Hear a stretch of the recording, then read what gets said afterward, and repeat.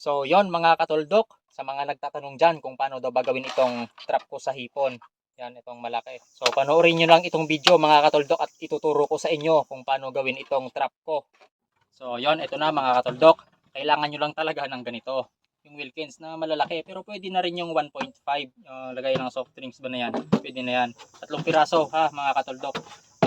Syempre kailangan nyo rin ng ganito. Ng nylon pang tali. Ganito lang yan mga katuldok. Putulin lang natin dito. Ayusin natin para hamis, maganda tignan. So yun mga katuldok, natanggalan ko na ng puwetan yung dalawa. Saka yung itong isa, ano lang to, maiksi. Dito lang to banda, pwede na to. So ito na mga katuldok, ito yung dalawa. Tanggalan ng sa puwetan. Tapos yung isa, ganito lang siya. So tatanggalin nito itong itong takip. Yan, para bukas. Tsaka yung isa, ito.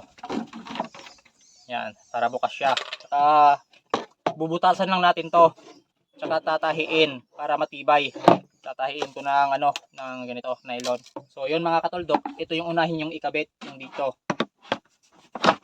Sa pinakapitan niya. Yan. Ipahulog nyo lang itong itong magsisilbing bunganga niya. Kasi pag inuna nyo ito, mahirapan kayong magtahi dito. So, dapat ito muna yung unahin yung ikabit. Butasan ko lang ito para matahi.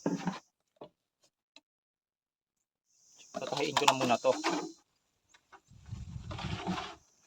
So, yun mga kataldok, natahi ko na yung sa una. Siyempre bago ko itahi yung dito, sa pinakababa niya, bubutasan ko muna to yung dito.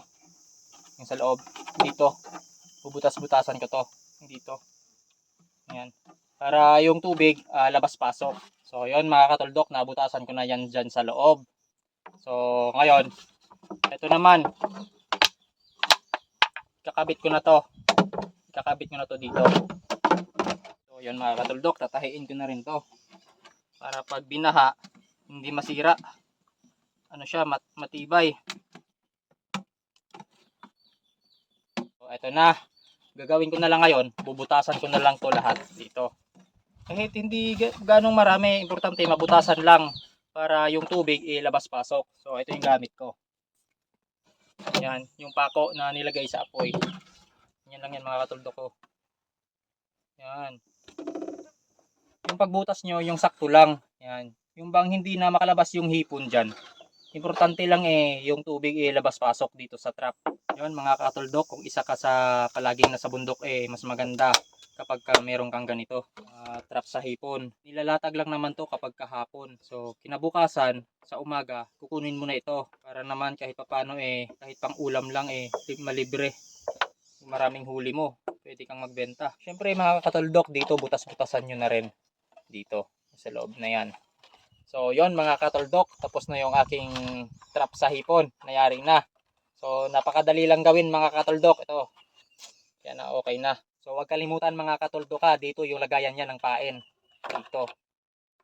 Dito mo rin tatanggalin yung laman pag mayroong huli. Maraming salamat sa panonood. Huwag kalimutang mag-react at mag-comment ka na rin at huwag kalimutang i-share para makita naman ng iba itong diskarte sa bundok para makahanap ng pagkain. So ayos mga katuldok.